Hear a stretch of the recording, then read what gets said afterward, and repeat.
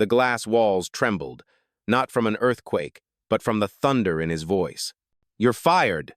The chairman's finger stabbed the air like a spear, inches from the face of the man seated at the head of the table.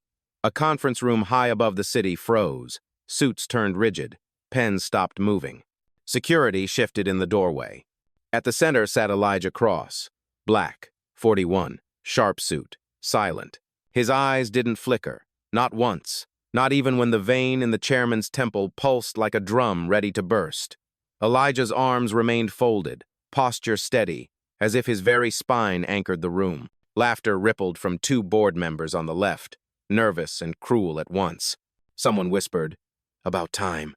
A young assistant in the back raised her phone, thumb trembling as the red light of the camera blinked on. She knew what was happening wasn't ordinary, it was history. The chairman leaned closer, jaw tight, breath ragged. "You don't belong in this chair. Not today, not ever." Elijah didn't answer. Silence pressed back harder than any word. Security moved, hand brushing Elijah's shoulder like he was nothing more than a trespasser about to be escorted into the street. The boardroom held its breath, waiting for him to flinch, to argue, to beg. But Elijah Cross sat still, unmoving, like stone carved against the storm. Before we continue, where are you watching from? Drop your city or country in the comments below. And if you believe in dignity and justice, hit like and subscribe. These stories spark change. And we're glad you're here. Now, back to Elijah. One by one, faces around the table betrayed what they really felt. A smirk from the CFO, arms crossed like a judge. A look of pity from the only woman of color on the board, her lips pressed tight but silent. In the back corner, an intern mouthed, "This is wrong," though his voice never left his throat. The insult landed heavier than the firing itself. "You don't belong." It wasn't new to Elijah. He had heard it at 25, applying for his first leadership role, told his resume didn't fit the culture. He had heard it at 32, when investors called him lucky after tripling their returns. He had heard it even last year, stepping off his own jet, mistaken for the pilot. Now, here it was again, repackaged in the marble and glass tower he had helped build. The room didn't know it yet, but every raised eyebrow, every smirk, every phone recording it was feeding into something they would never control. Because Elijah Cross wasn't just a man in a suit about to be thrown out. He was the storm they had invited in. The guard's grip tightened.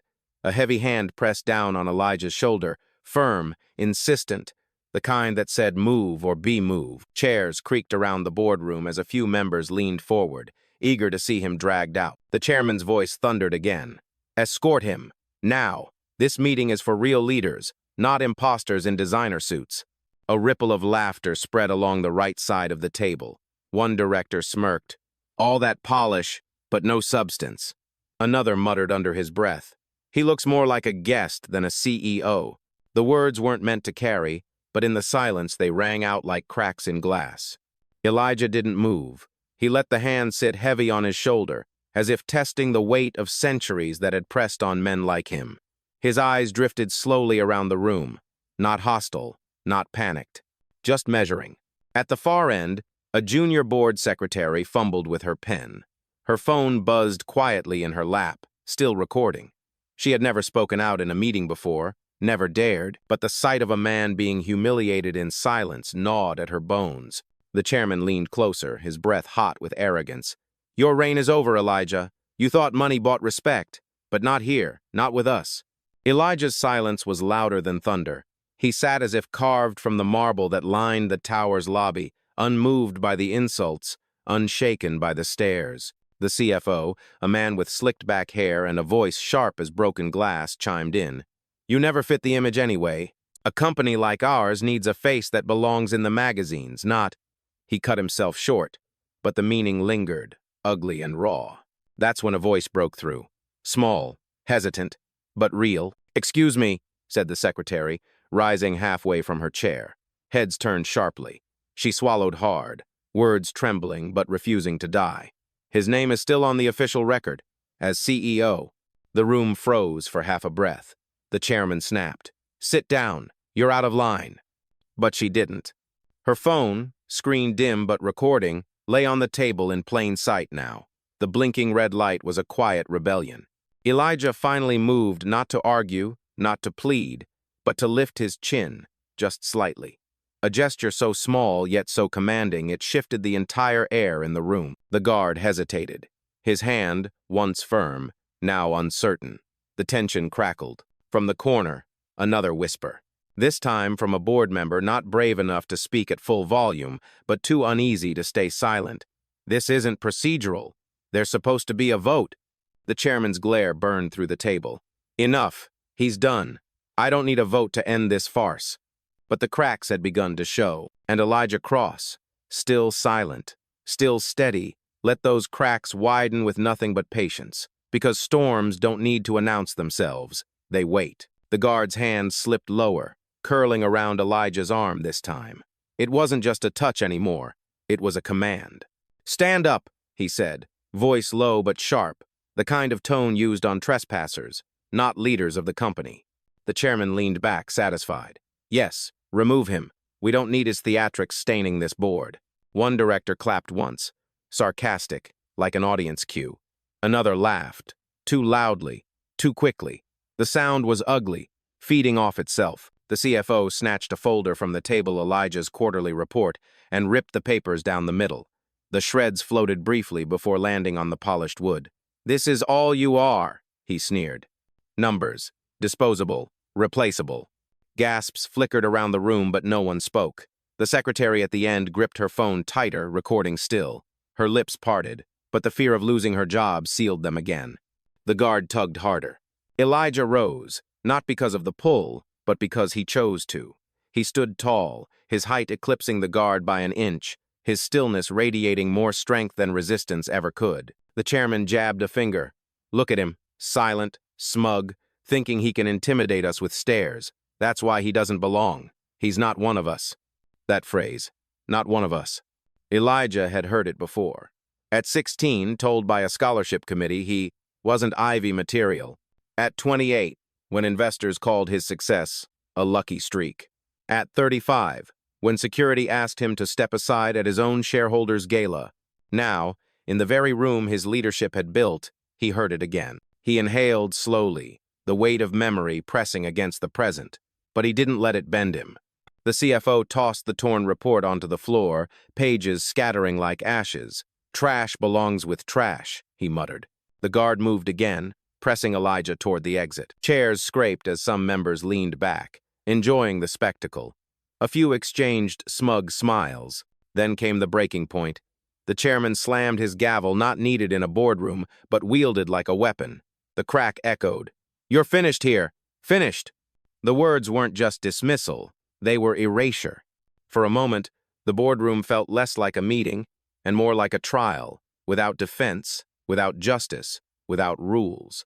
But Elijah's silence didn't crack. His eyes swept the room, slow, deliberate, locking on each face, measuring their guilt, their cowardice, their complicity. And though the guard's hand pressed firm, Elijah didn't stumble. He didn't break. He stood as if the insult, the torn papers, the shouts, were nothing but fuel. The storm was still quiet, but it was building. The guard's grip was steady, pushing Elijah toward the door, when a voice sliced through the boardroom. "Wait." It wasn't loud, it wasn't commanding, but it was enough. Every head turned toward the secretary at the end of the table. Her knuckles were white around her phone, the red recording light glowing like an accusation. The chairman's glare pinned her in place. "You're out of order. Sit down." She didn't. Her voice trembled, but the words came anyway. "His name is still listed as Chief Executive Officer in the official registry. You can't just erase that with a shout." Gasps rippled. A few directors shifted uncomfortably. The CFO rolled his eyes. Children and interns don't get to weigh in on corporate matters. Elijah still hadn't spoken, but his gaze flicked to her calm, steady, the faintest acknowledgement. It was enough to steady her spine. The chairman slammed his fist on the table. "Security, remove her if she speaks again." But before the guard could move, another voice entered the fray. This time, from the far left of the table, a director, older, weary, but honest enough to crack under pressure. His words were quieter, meant for no one, yet heard by everyone. "There's supposed to be a vote." The air shifted. The chairman's face burned red. "There will be no vote. Not today. Not when the company's survival is at stake." He leaned forward, sneering at Elijah. You're a liability, and we don't need a liability sitting at this table. The CFO added fuel. We've tolerated you long enough. The market doesn't respect you. The shareholders don't respect you. You think we're blind to what's happening? He shoved another stack of documents across the table, scattering charts and figures. This empire was never built for someone like you to lead. Those words hung heavier than the gavel ever could. Elijah finally moved. Slowly, deliberately, he reached into his pocket. Not rushing, not reacting, just a calm hand producing a phone. He tapped the screen once, held it to his ear. The room stilled. "Activate protocol," Elijah said softly, his voice carrying in the silence like thunder far in the distance. A pause, then a crisp voice answered from the other end. "Understood, logged and confirmed. Standing by." The guard froze, unsure whether to continue. The directors exchanged uneasy glances. The secretary's eyes widened. She had no idea what protocol meant, but she knew it sounded like preparation, not desperation. The chairman scoffed, trying to reclaim ground. "Empty threats. You're done here. No phone call will save you." Elijah lowered the device, slipping it back into his jacket. He didn't need to argue. He didn't need to explain. He simply adjusted his cuffs, a quiet act that spoke louder than every insult hurled his way. The silence that followed wasn't weakness. It was warning, and for the first time, a flicker of doubt crossed the chairman's face. Because storms don't announce themselves, they gather, quietly, until the strike. The pause after Elijah's call was short, but in that silence the board felt something shift, something they couldn't name yet. The chairman sensed it too, which only made his rage louder. "Don't let him rattle you," he barked, sweeping his gaze across the table. "He's bluffing. He always has." The CFO leaned in, sneering. "A call to some assistant? That's his big move?" He let out a harsh laugh. "Pathetic. This is why we're cutting him loose. No strategy, no foresight, just theatrics. Ugh." He snatched another folder. Elijah's signature contract, flipped through it, then tore a page clean down the middle. The sound was sharp, surgical. "This is you," he said, letting the pieces scatter across the polished floor. "Useless scraps." The guard tightened his grip again, nudging Elijah toward the door. The scrape of his shoes against marble whispered across the room, a humiliating sound the directors drank in like victory. One muttered, "Good riddance." Another smirked, "Imagine thinking you belonged here." The secretary at the far end clenched her jaw. She wanted to shout, to throw her phone onto the table, to let the world see what was unfolding. But fear still pinned her tongue. Instead, she pressed record harder, as if the pressure of her thumb alone could change history. The chairman rose from his chair now, gavel in hand like a weapon. His voice boomed, shaking the walls. "Elijah Cross is hereby stripped of his authority effective immediately. His presence in this room is unauthorized. Escort him out." The words weren't a ruling. They were an execution. The guard pulled again, harder this time. Elijah rose fully to his feet, still calm, still composed. His height cast a shadow across the chairman's gavel. He didn't resist, but he didn't bend either. The CFO stood too, emboldened. "You hear that? You're finished. This isn't your company anymore. This isn't your board, it never was." And then came the ugliest strike. A director on the right, older, silver hair and bitter tongue, leaned back in his chair, arms folded. He said it low, but not low enough. "People like him never last long at the top." The room went still, not because they disagreed, but because the mask had slipped. The prejudice no longer dressed in corporate jargon. It had bared its teeth. Elijah didn't flinch. His silence carried more weight than a shout could ever hold. He adjusted his jacket, slow and deliberate, like a man preparing not for exile, but for battle. The secretary's phone trembled in her hands. The whisper of her conscience grew louder than the chairman's gavel. And for the first time, several board members exchanged uneasy glances. The humiliation had gone too far, the cruelty too naked. But the chairman didn't see it, or refused to. He raised the gavel again. "End this farce. Now." The guard moved to push Elijah through the door. And still, Elijah Cross stood tall, his silence humming like a storm just before lightning splits the sky. The guard shoved harder, his hand locking around Elijah's arm as if dragging him out would erase everything. The chairman's gavel slammed again, echoing like a gunshot. "Now, get him out." The board leaned forward, some with eager eyes, others with growing discomfort. The CFO smirked, savoring every second. He scooped the torn scraps of Elijah's contract into his palm and let them fall onto the floor like confetti. This is your legacy, paper dust. Laughter burst from one side of the table, cold, forced. It didn't sound like victory, it sounded like fear dressed as triumph. Then came a voice that cut through it all. This isn't right. It was small, shaky, but clear. The secretary had risen to her feet. Her phone lay flat on the table, its red light blinking at everyone. You can't do this without a vote. You can't do this without cause. The chairman turned on her, face crimson. Sit down before you lose more than your job. But she didn't sit. She lifted her chin just slightly, mirroring Elijah's stillness. No, everyone deserves to know how this is being done. Everyone deserves to hear the words you've said today. Gasps slipped from the corners of the room. Two directors shifted uneasily, their eyes darting to the glowing phone. The CFO snarled, "You think anyone will believe the word of a junior over this board? Delete it. Now." She didn't. Her thumb hovered above the screen. Maybe they won't believe me, but they'll believe the recording. The guard hesitated, his hand loosening on Elijah's arm. For the first time, doubt flickered in his eyes. Then another voice joined, this time from across the table. A director in a gray suit, usually silent, cleared his throat. "She's right. This isn't procedure. We're supposed to vote. We've always voted." The chairman spun on him, veins taut in his neck. "And where has procedure gotten us? Weak leadership, poor optics, a CEO no one respects." His finger stabbed toward Elijah. Look at him standing there like silence is strength. He's finished. But the silence wasn't weakness. It was gathering force. The secretary pressed on. "You can't just erase him because you don't like him, because he doesn't look like you. That's what this is about, isn't it?" The words hit like a stone hurled into glass. The room cracked. A few directors inhaled sharply, glancing at each other. The CFO's voice rose, brittle now. "Enough. Security. Take both of them out." But the guard didn't move. His grip on Elijah had slackened entirely. He looked from Elijah to the phone to the directors, caught in the fracture of power. The room was shifting. The humiliation had gone too far. The witnesses had found their voices.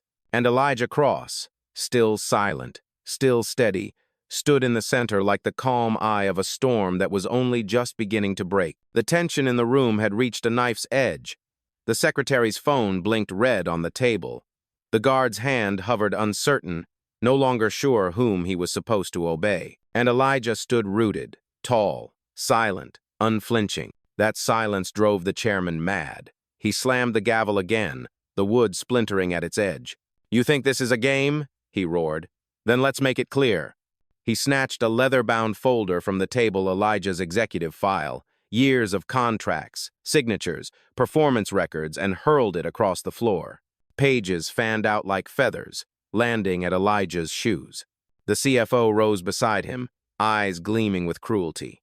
"You don't get to walk out with dignity. You don't deserve it." He grabbed Elijah's access badge, yanked it from his lapel, and snapped the plastic clean in two. The sound was sharp, final. "You're nothing here." The room gasped. Even those who had sided with the chairman flinched. Stripping a CEO of his badge like a thief, it wasn't just ruthless, it was barbaric. The guard shifted, uneasy. He'd seen people escorted out before, but never degraded like this.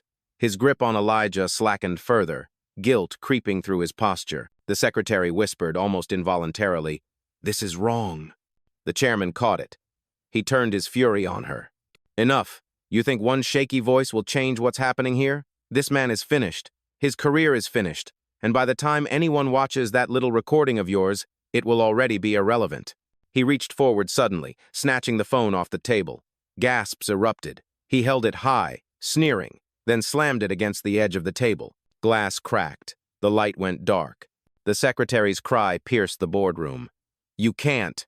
But the CFO drowned her out, voice booming. "This is our house, our rules, and you," he jabbed a finger at Elijah, "are just a guest who overstayed." The phrase landed heavy. Guest, outsider, trespasser. Elijah bent slowly, collected one of the torn pages at his feet. He didn't look at the chairman, or the CFO, or the guard. He simply studied the paper fragment in his hand, his own signature, ripped through the middle, and then set it gently back on the table. The chairman scoffed. Pathetic. Even now, he hides behind silence. But the silence wasn't hiding. It was coiling, winding tighter, waiting. Around the room, directors shifted uneasily. A fracture had opened. Some no longer laughed, some no longer clapped. They saw the violence for what it was, desperation. The secretary, voice trembling but fierce, spoke again. You broke the law. You broke the rules. And everyone here saw it. Her words cracked the air. And for the first time, the chairman's fury faltered into something else, fear, because Elijah Cross hadn't needed to fight back. The board had already damned itself with every cruel word, every broken badge, every shattered phone. The storm was no longer coming. It was already here. The silence after the phone shattered was heavier than the glass on the floor. No one laughed now. No one clapped. The cruelty had gone too far, and the air knew it. Elijah stood tall at the center of the storm, eyes steady, jaw set. He brushed the shards of plastic from his jacket where his badge had been ripped, as though dusting away nothing more than lint. His calm was unbearable to those who tried to break him. The chairman leaned forward, voice lower but no less venomous. What? No clever speech? No last words? You'll leave this building forgotten, Elijah. That's how history works. But history wasn't written by the loudest voice. It was written by the one who stayed standing when the noise collapsed. Elijah slid a hand into his pocket, pulled out his phone, his own, not the secretary's, and dialed with deliberate ease. He pressed it to his ear.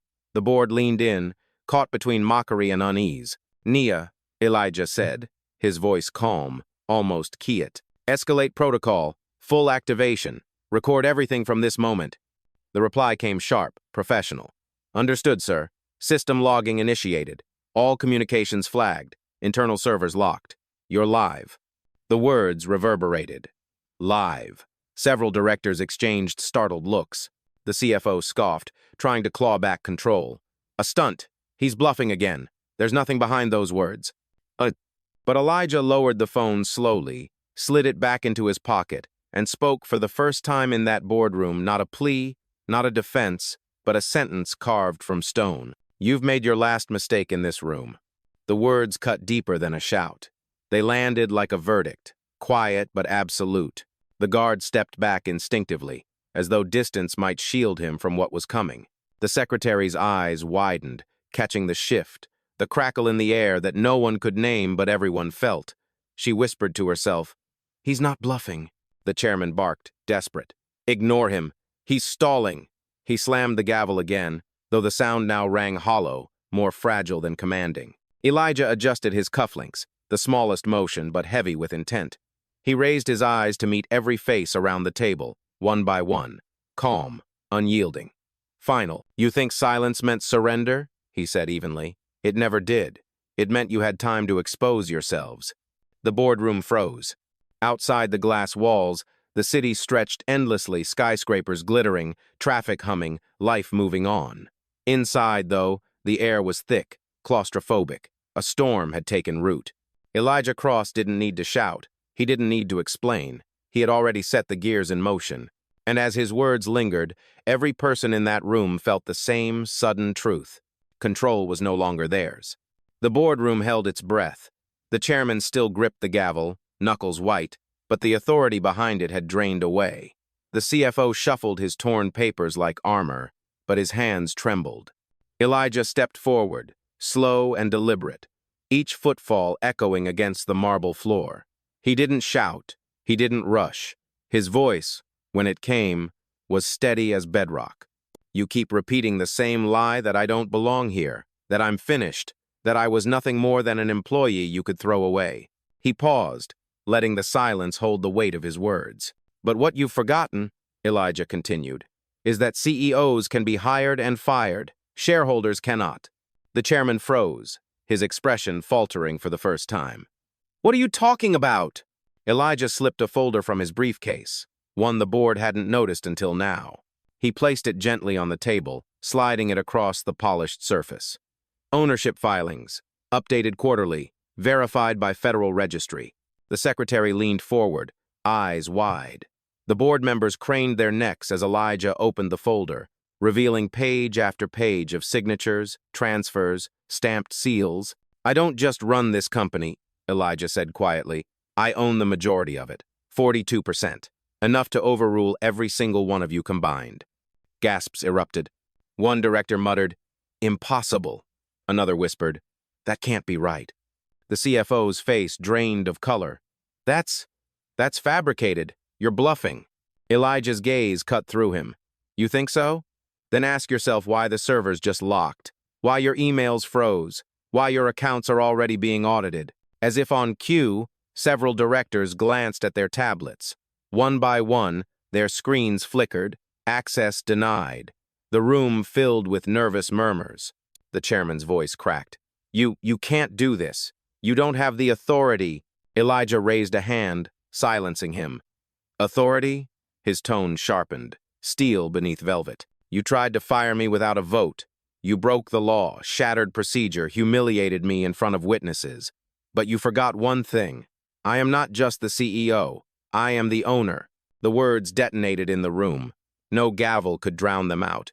No laughter could disguise the panic that followed. The secretary's lips parted, a whisper escaping. He owns them." For the first time, the chairman stepped back from the table, the gavel lowering like a weapon too heavy to lift. The CFO dropped the torn papers, his smirk gone, his hands empty. And Elijah Cross stood taller than ever, no longer silent, no longer erased, but revealed for what he had always been, the storm they could never contain. The room erupted in chaos. Directors who had smirked minutes ago now scrambled through their tablets, desperate to regain access. Error messages flashed back at them like silent judges. Credentials revoked. Session terminated. One man shoved his chair back so hard it screeched across the floor. This isn't legal," he sputtered. "You can't just take control like this." Elijah didn't move. He didn't need to. The systems were already speaking for him. Every locked account, every frozen file, every denied login was louder than his voice could ever be. The secretary stood straighter now, confidence blooming where fear had been.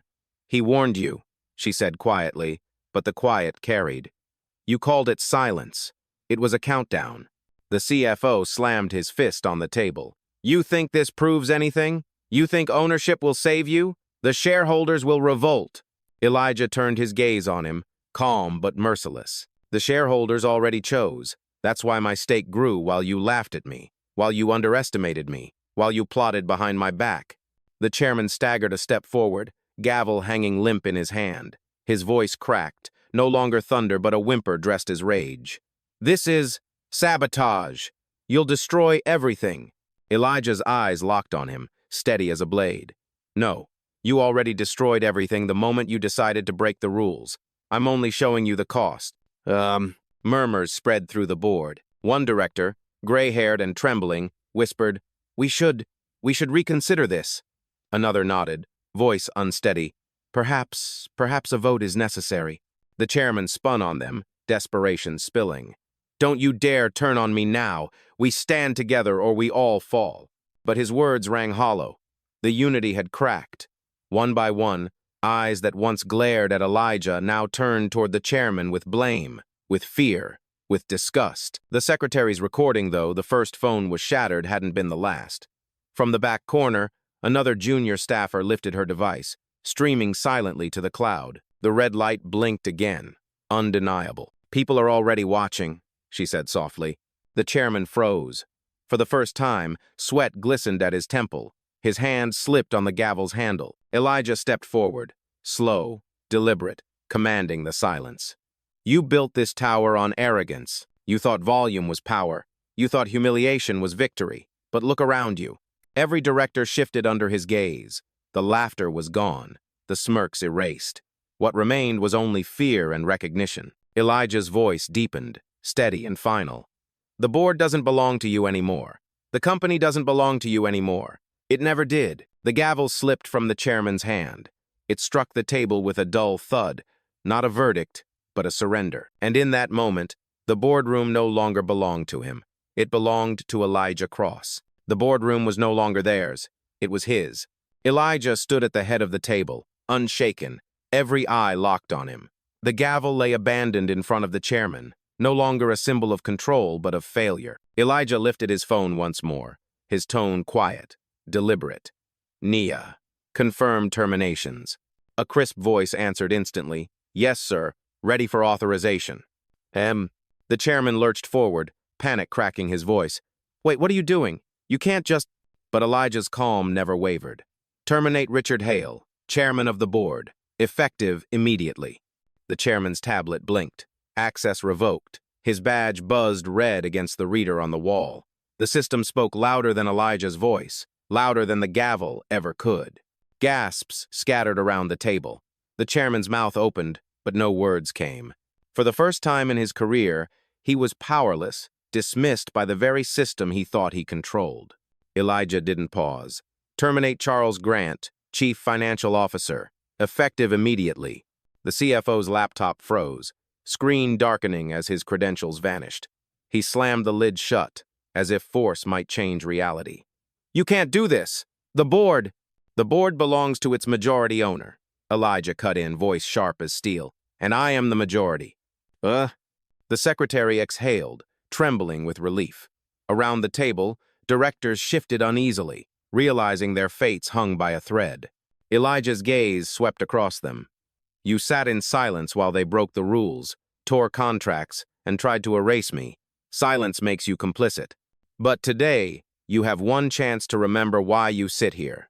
Not for loyalty to a man who abuses power, not for tradition, but for this company and the truth. A few lowered their eyes. Others nodded faintly. The balance had shifted completely. The chairman staggered toward the door, voice breaking.